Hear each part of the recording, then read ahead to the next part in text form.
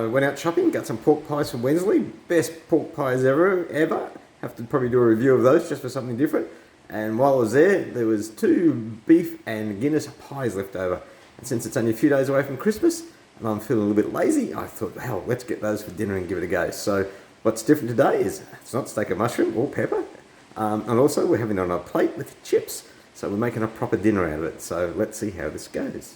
Wensley's is located at Ashmore on the Gold Coast. That's where their factory is, and they have a small factory outlet there.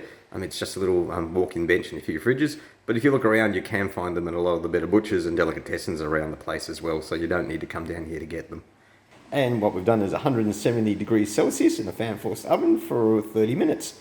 And as you can see, they've come out quite nicely. Once they're warmed up, they pop out of their little shell quite well.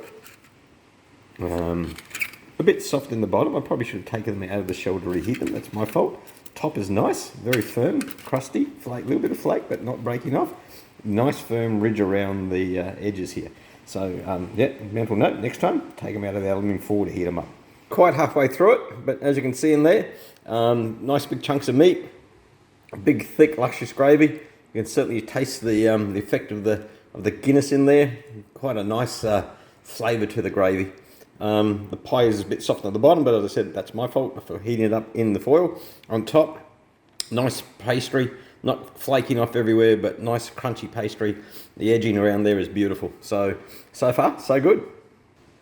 And the other thing I discovered, no matter how civilised I want to be tonight, I can't eat a pie with a knife and fork. So it's been abandoned, and here comes the fingers again.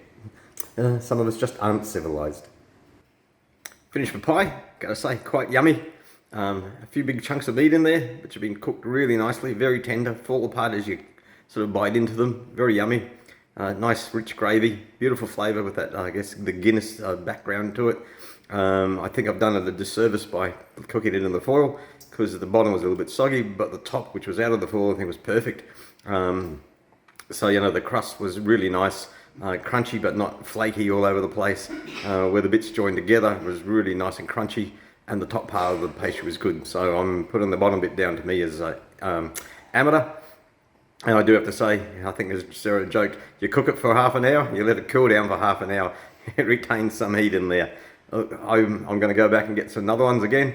Look, we've eaten a lot of their products. I do like it, and so I'm definitely going to go give this a go again and take it out of the foil this time. So from my point of view, I'm going to give it a 5. Now, Sarah doesn't want to be on the camera because she's not doing her hair and everything like that. How was your pie, my beloved? I loved it. I love the pastry. Yes, it was very soft at the bottom, but I personally don't mind that. Big pieces of steak. But the best thing about this pie was actually the gravy. You could totally taste the Guinness in it. So I'm going to give this a 5. Excellent.